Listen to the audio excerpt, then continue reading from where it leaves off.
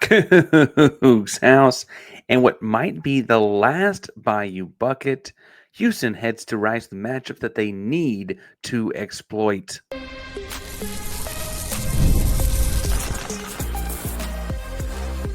You are Locked On Cougs, your daily podcast on the Houston Cougars, part of the Locked On Podcast Network, your team every day.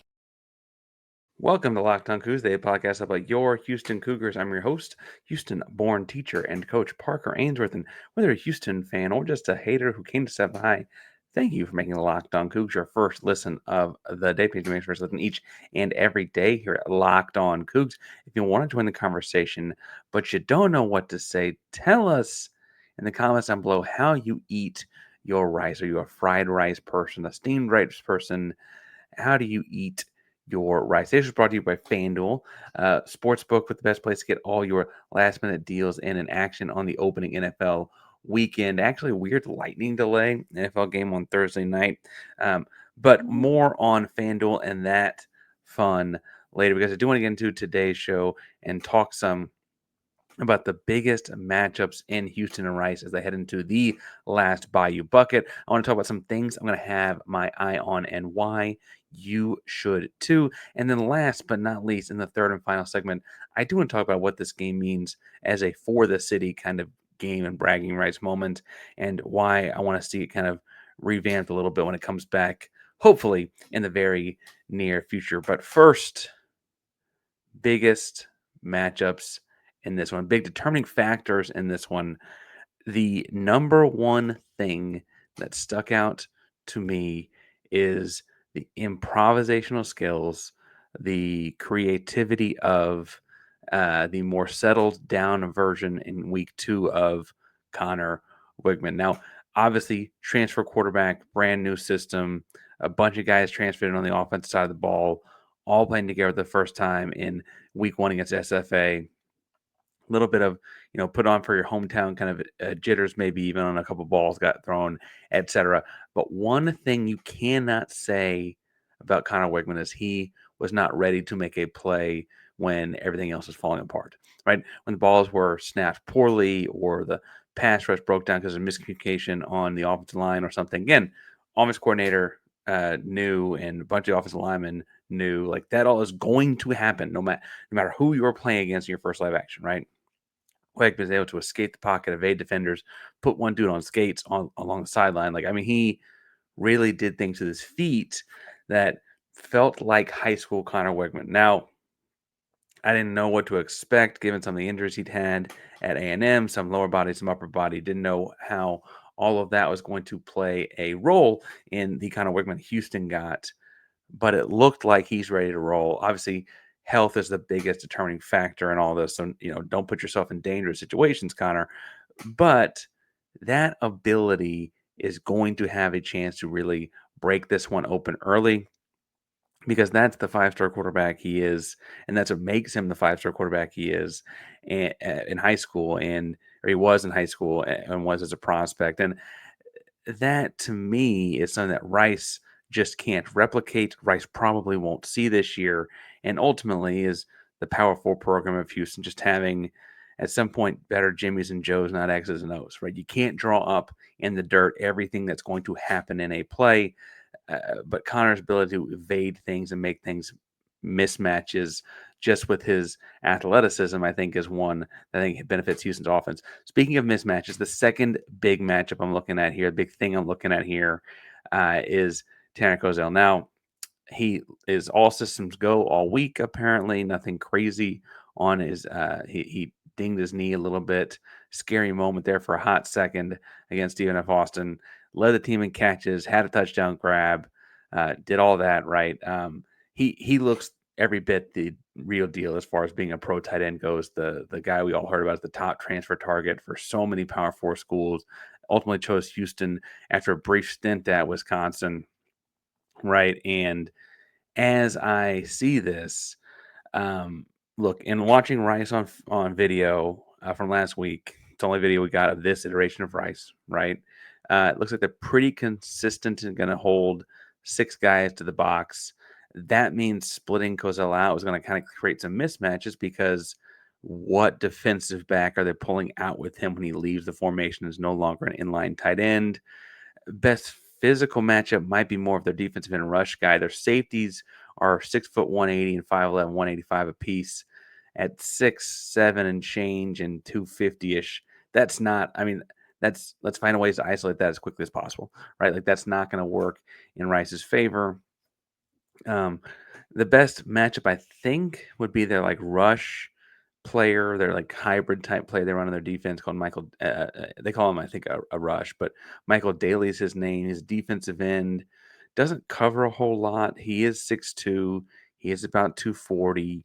He could probably do some jamming at the line kind of stuff if he were taught that. But he played 41 defensive snaps last week. Only 2 of them were not in the box. He is very much he might cover back out of the backfield or something like that. It's not that he can't cover a guy, but he's much more intended to be. He doesn't have his hand in the dirt, but he feels like a hand in the dirt kind of player. He originally played at BYU, transferred in 2024. He's on the team last year, but I think that he's the kind of guy that if they were really trying to break scheme and just beat Houston, they might try and work him in some coverage stuff, but he's not the natural coverage guy. When you look just height, weight on paper, I guess Joseph Mutombo, 6'5", 260, also plays in the defensive line kind of stuff. Maybe you'd say move him around, but he's much more, even at 260, as an interior defensive guy. Not going to be out there covering, I don't think. And so I don't know where they're going to find those things. And frankly, when we get to what to watch for in a second, one of the formational things I'm going to kind of look at is Rice was really, really following formations. And so if they're not going to have, if they're going to keep a 6-man box, we'll talk about this in the second segment, but I wonder if you can find ways to get Koziol one-on-one with small defensive backs and things like that. Koziol's big. Weigman's got some shiftiness to him. I also think Houston's got so much more speed than Louisiana. Rice was super content to like back off and let everything sit underneath them and rally to tackle. I think that a matchup for Houston there is like they probably welcome that in a Slade Nagel offense and say, Boogie, Mekhi Muse, Kobe, like come try to tackle us. Once we get in that situation, I think they trust their guys in those. We're going to hit the drag route underneath or the crossing route underneath, and maybe hit the whip or whatever, and then come find us. Like I think that Houston's be comfortable with that. I'm not sure what Rice does if Houston starts beating them by making moves out of that, right? Like that shiftiness happening there. And so I'd look at Houston's receivers with the ball in their hands on these quick throws, quick in the ball out kind of situations, right? On the other side of the ball, I've been trying to isolate like who in Austin Armstrong's system Rice will be like making the read man. There's part of me that honestly thinks the matchup would be making Latreveon McCutchin, Trey, make him the read man. And I think that's really because they can't block. And if you can't block a guy, you can make him just always wrong by making him the read man. Now, he'll make you pay the moment you're wrong. But if you can find ways to make him always wrong, obviously that's a way to take him out of the play functionally. And so I wonder if that's the direction they go. Whatever the case may be, though, this is Carlos Allen's day to shine. And Carlos Allen's big, strong, fast, had a great year last year against the run. Great first week. Look, I know he set higher standards for himself in the first week if you talk to him about it, but he really did play really well on the whole. And I think that this is a chance for him as a guy that is identifiably a run-stopping defensive tackle to be disciplined, to be thorough when it's his turn to eat blocks, when it's turn to make plays. And I think that Carlos Allen's going to have a big day this weekend. Talk about big-time athlete that Rice might not have seen a whole lot of in the America. I mean, I know Carlos Allen somewhat ironically came from Kennesaw, so he didn't always play in the Power Four, but he's every bit of a Power Four defensive lineman right now, and I think he's going to have a big time day as well. Now, I am going to watch for a few different things in terms of lineups and other aspects of the game. I want to get that in just one second, but before we get to any of that, It's almost the weekend. It's time to crown this week's MVP. Who delivered? Powered by DoorDash, just like every Saturday with DoorDash's streaks, saving you more every time you order. These players delivered. Let's break it down. I mentioned last time Mark Stampley. I think Mark Stampley is the player of the game for the DoorDash big time delivery. He delivered in a big way. Big plays on defense, pass breakups. He didn't let his guy get open a whole lot. That's probably why he had less stats, and his performance is stronger than the stats indicate because of that. No hesitation to get that from me. Week after week, this will be a big time story. I think he's a big time transfer. So Mark Stampley is the DoorDash delivery of the week, and we're hoping to start a streak. Now, just like Stampley delivered for the Coogs, DoorDash delivers to your place on Saturdays with DoorDash streaks. You save more every Saturday you order. Stack it up all season, and you could save up to $250, including $100 in DoorDash credits. Order this Saturday and keep the streak alive every Saturday after that. Fuel your game day only with DoorDash. Terms apply. Promo period through November 18th. Go Coogs. Go DoorDash. Today's show is also brought to you by buddies over at Mazda. This one's always fun because I really do enjoy my Mazda. Mazda craft cars are for those who choose to do more than simply move. They follow what moves them every time they drive, and that's what makes Mazda stand out. They go beyond safety, style, and performance, deliver a driving experience that feels alive in every detail. Mazdas have won more 2025 IIHS Top Safety Pick Plus awards than anyone else. You can feel in the moment you buy the wheel, all the smooth handling, intuitive controls, standard all-wheel drive in every crossover SUV. It's these small details that make big plays. And just like there's more to every player, there's more to every Mazda vehicle. Mazda, move and be moved.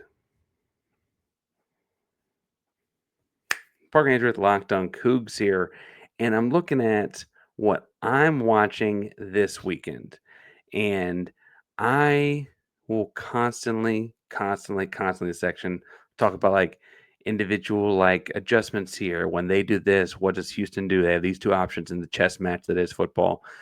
I will constantly be watching what Austin Armstrong's defense does in terms of alignment and assignment, and frankly, personnel as they adjust to this gun choice. Don't call it the triple option offense that Rice runs, right? They routinely, if you have not watched them yet, run with three different non-quarterback backs in the backfield or in the box area that can all get the ball in like the first 0.3 of a second of the play. They might be on the line in the at the line of scrimmage, what we call a snug alignment, like right behind the line. That might be in the traditional backfield, behind center pistol, like whatever the case may be. They do snap the ball in the gun, right? Or they do a non under center snap.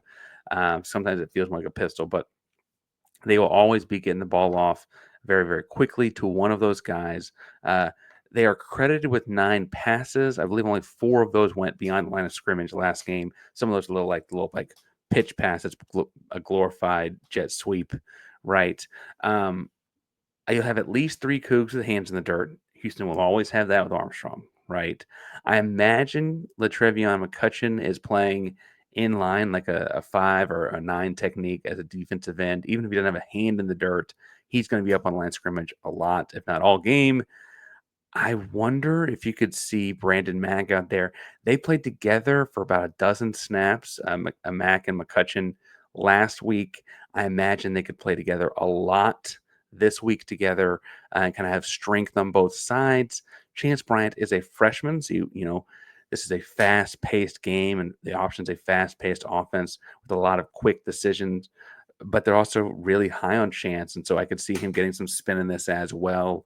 As a big-bodied linebacker, Sam type guy, right? I also wonder if you see all 3 of the rotational linebackers from last week, Jalen Garner, Sione Fotu, and Cormac Glass playing more. We're still working Corey Platt back based on his snap count last week, I would imagine. But you could, if he's up ready to go, I can see him getting a lot of snaps in this one as well. And they play more of a 3 linebacker set. Early in Armstrong's career at Southern Miss. They did play an option team, a little bit different option team, and frankly, the Southern Miss rebuild was pretty early on at that point. It was not his best showing, but I do think that that was more about that situation than this one will be. I don't think there's a whole lot of schematic issues in that as much as just they weren't going to make a lot of tackles in it. And I look at this game and think about like what I would do with the variable defense that Houston's got. Houston, frankly, whether or not they practice this during camp and whatnot. I mean, you've heard about teams that play Army every year, play Navy every year at the triple option. Back when Army ran theirs, whatever, right? You'd play 10 minutes of Army every other day just to make sure you're ready for it. I could see that having been the case in camp with this game being week 2, because it was very publicized that they were going to be moving to this. But I could also see, frankly, that the extra couple days playing last Thursday meant you get the full weekend and Friday to kind of game plan, prepare, watch video together, etc. So they could truly be in something that they have not done much before. And what's interesting about that, look, the next thing I was going to say is I'm going to watch what rotations are out there and who's out there in the defensive backfield. But truthfully, the unique offense that Rice runs will help Houston grow in a number of ways. It's going to test your toughness, your eye discipline. Do you follow the scheme, etc.? And then when they inevitably have to adjust, can you do that while adjusting? It will test Houston and be good for Houston in the long run in all of those ways. I don't think this is a game that's good for Houston in terms of like developing their own personal scheme. There's very much as far as the defense goes, this is a very much a one-off game. I guess you could theoretically match up with an option team in the bowl game, but right now on their schedule, Houston's got no option teams out there. And so really this does feel like a game that is one of one in terms of what scheme you build and put in this week. Doesn't mean you aren't going to go fight to win it or like just let it bleed. This isn't like a 162 game baseball season. Every win matters. And I would argue every one of the, but anyway, this is a game where you're testing and going to carry over lessons and other things. If you mess up the scheme this week, it does not impact your scheme for next week, but it probably does mess you up next week if you got some guys that don't have the best discipline with their eyes or whatever as they're out there. I mentioned in the first segment when I was talking about speed and Koziol, like formational advantages. Louisiana couldn't really capitalize. It looked like to me in the Louisiana Rice game, whenever they went trips to the boundary or formation strengthened to the boundary, the backside guy would be one-on-one or have very little help from the coverage in terms of not being one. Like, and there wasn't any high guy or anything to worry about in a one-on-one situation with a lot of field space. That to me is where, like, can you get Boogie Johnson out there? Can you get Koziol out there with a 5'11" safety? Can you get, something going on an island out there in a way that helps take advantage of your advantage in terms of athletes, right? Formationally, what does Rice do? Because the athlete gap here between Houston and Rice is much bigger than one was between Louisiana and Rice. Now, Vegas picked Louisiana. Like there was still a gap there and Rice overcame it. So let's not like act like that can't happen. I don't mean it like that, but generally speaking, with the gap being greater, what does Rice do to minimize it, mitigate it, etc.? Right? Now, I would imagine the first thing you do is start rolling safeties, and if you roll safeties, that impacts the boundary side. Like there's all kinds of reasons that strength into the boundary can corrupt the defense, so to speak, and just breaking their rules. But I don't know. Frankly, I don't know what exactly they're going to go with there. Now, if I look at the way that Rice was allowing Louisiana to throw short and then tackle, right? If Houston is able to shake loose and get loose and make a couple guys miss, and athletically they might be able to. I think they've got some advantages of the guys I've mentioned so far. I didn't even mention Amari Thomas, and he was a great pickup. Looked like last week, right? If Houston's able to take advantage of those, the chess game happens. Does Rice start press coveraging? Does that mean you go over the top? We saw Houston miss a couple over the top last week. Can they hit one this time around and punish them for press coverage? Like, can they do those kinds of things as this goes on? that's, I think, some of the biggest stuff to watch in terms of what matchup kind of stuff going. One other thing on the offense I will say for Houston, I'm watching, you had a handful of bad snaps, guys adjusting, guys gelling together. Game 3 is a conference game for Houston, Colorado, right? And so do you see less offensive line rotation? What are you seeing happening out there? Do you see more Wyckoff at center with Agnello at right guard? Do you see Demetrius Pancake Hunter rotating in there at center with maybe Agnello playing right guard? Do you see David Duque at the left tackle more than he did last week, less than he did last week? Jason Brooks at left guard feels pretty set, but because he was so set, do you move him to somewhere? Like, who fits in where on this one? Dalton Merriman played a really good game for like all but 2 snaps, in my opinion, in the Houston SFA game. And those 2 snaps are really bad, right? How does that impact rotation, right? Because he had so many great ones, but those 2 really bad ones, right? Those kinds of things will be interesting to see as well. So keep an eye on that and the offensive line rotation, because again, I think it'll be shorter and guys will have shorter leashes this week. But regardless, this week is a big week for Houston, for Rice, for college football, for the city of Houston. I want to get to that in just one second and what this means as we're heading into the last known Bayou Bucket for quite some time. But first, before we get too far, today's show is brought to you by our buddies over at Upside, because you can stop leaving money behind, get real cash back every time you fill up with free Upside app. Simply download the free Upside app in the App Store or Google Play and start earning cash at the pump today. Use limited time promo code FOOTBALL. Get actually 25 cents back per gallon on your first fill up. You make up to $300 a year just from buying the gas that you already need. You already need it. Make some money on it. Now, at first, if this is too good to be true, but this one is really legit. Real people getting paid just to make your daily commutes, and you can too. Plus, you cash out anytime to your bank account, PayPal, e-gift card, Amazon, other brands too. Don't let this offer drive on by. Download the free Upside app now using limited time promo code FOOTBALL for a limited time 25-cent per gallon bonus. That's promo code FOOTBALL. Offers vary by user and location. Go to upside.com for terms and conditions. And today's show is brought to you by our good buddies over at FanDuel, because the NFL season, I guess at this point, they played Thursday night. We can say it's here. They play again Friday night in Sao Paulo. The NFL season is here. FanDuel's make sure you're ready to kick it off with a can't-miss offer right now. New customers can bet just $5, and if that bet hits, you get $300 in bonus bets to use across the app. I like how every game gets more exciting with FanDuel. You can find player props, same-game parlays, jump in after the action started with some live game action as well. Whenever you're ready, if you're ready to play, download the FanDuel app right now by visiting FanDuel.com to get started. That's FanDuel.com to place your first $5 bet. Parker Ainsworth locked on Coogs here.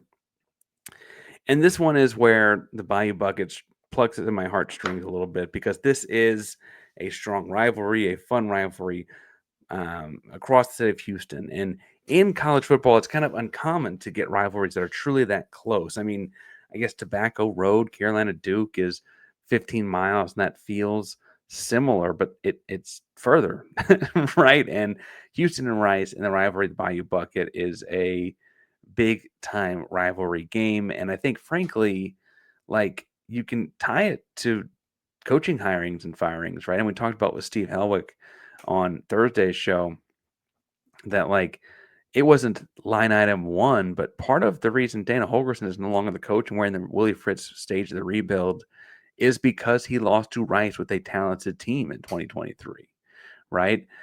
I'm sure Rice folks on at the Roost Pod or whatever will tell you that part of the reason that they're running the triple option right now is because they fired their coach after losing to Houston in 2024. Even though I don't think that they should, right? I think of the years this game's been blowout, the years this game's been close, the years this game started close and ended up in a blowout, and vice versa.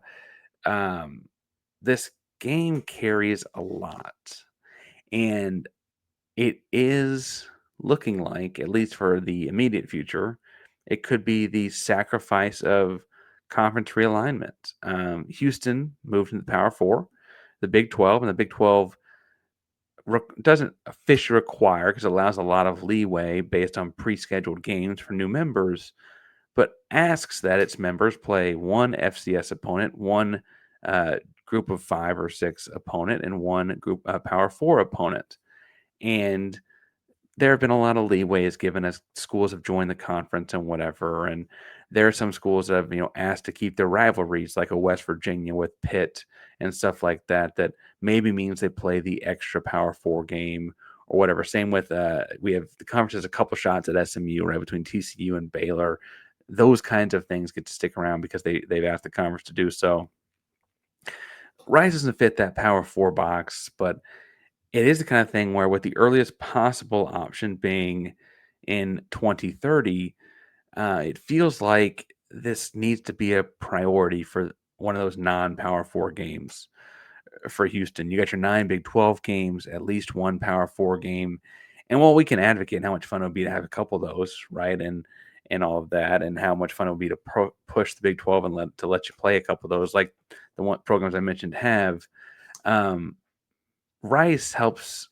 Rice is a Houston staple in a lot of ways. It's for the city. It's been played 46 times. And frankly, with conference realignment in the past, there were kind of these gaps in it as well. I don't mind short gaps. I just don't want the thing to go away. And frankly, I think the potential of it going away is one of the reasons to win this weekend. I've thought about ways to spice this one up and do you make it your Labor Day weekend opening game every year? I actually think there's an interesting way to do that. So Texas Southern and Prairie View have gotten to where they play opening weekend of the year, week 1, Labor Day weekend every year as well. And I don't know that you'd play in the same stadium or something crazy where all 4 schools meet at a neutral site and all that kind of chaos. Although NRG would be cool. I do think, though, that having some Houston weekend, kind of Houston for Labor Day kind of weekend, and welcome back to college, welcome back to school, Houston's back in school kind of thing, where you had Texas Southern Prairie View and you had Houston and Rice. And look, Texas Southern Prairie View both in SWAC. I don't imagine they're either one moving anytime soon. I think that game on Labor Day weekend's there to stay for a while.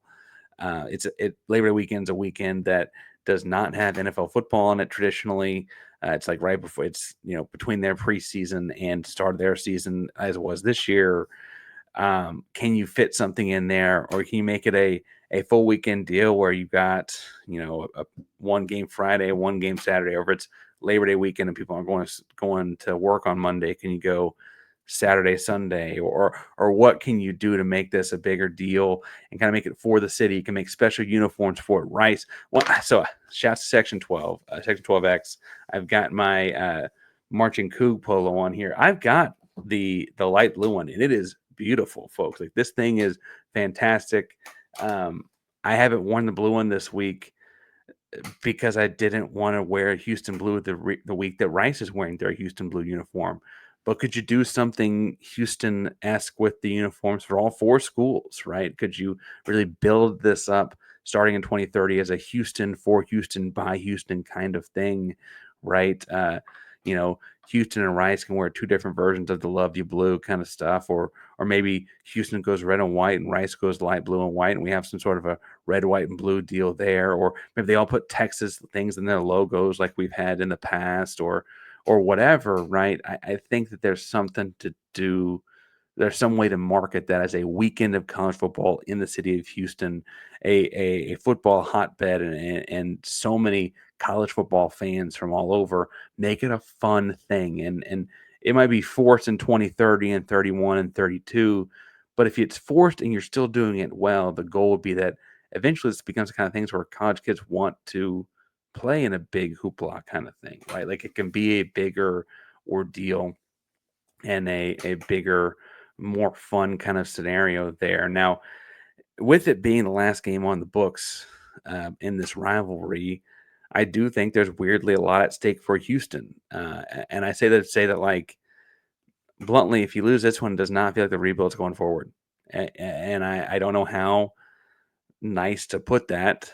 But if you lose this game on Saturday, it feels like the rebuild took a step back, and it's been going forward faster than I thought it would. So, there will inevitably be sometimes it takes one back, but you don't want it to be this Saturday. You don't want it to be any Saturday, I guess, right? Um, there's pressure on Fritz. This is one of 4 games we won a year ago. It feels like a winnable game this year. Fritz is known for winning the games that he's not. He always wins a couple games he's not supposed to. That doesn't mean you can let go of the ones that you need to get right. I think that makes the pressures on this one. There was people, whispers of people complaining, certainly in my comment section last Saturday about the offense. How do you only put up 27 points on Stephen F. Austin, right? That implies there's some pressure to perform on this side of the ball, on that side of the ball this week, right? Weirdly, the pressure's all on Houston. This is made money for Rice. Rice's over under the season was 3.5. They already won a game. They were favored. They were favored against. I guess the Louisiana was favored by I think 2 touchdowns. They were underdogs by 2 touchdowns in that game. Rice was, and I feel like frankly. They're kind of playing with found money at this point. They beat Houston, it makes their year. They don't, whatever. They just got to win a couple more games, and they've got winnable games on their schedule, right? And so you can argue that puts a lot more pressure on Houston. They're playing on the road technically, which means that the Houston fans are staying on the sunny side at least for the first couple hours of the game. Game kicks off at 6. I imagine that's an hour and a half, 2 hours of sitting in the sun. But that's the way things go. I think that this is an interesting game for the city, for both programs, and I don't want to see it go away.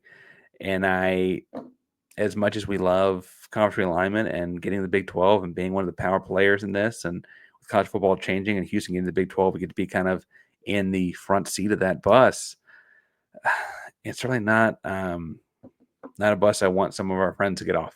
Right, we're gonna stick with the metaphor, but we talk about it all the time. We talk about it all week this week. You got more to go back to the catalog if you missed it. We'll also be live after the game. Just like last week, Michael Connors will be on with a quick Locked On Houston, the city of Houston postcast. Like he might even come on like as the final whistle's blowing. Be 10 or 15 minutes. We'll get some stuff set up and we'll be on right after him as well on the Locked On Coogs YouTube page. So hit subscribe to the bell so you know when we're live.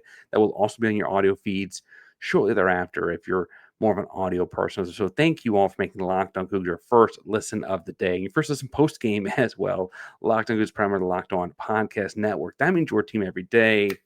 Go Coogs.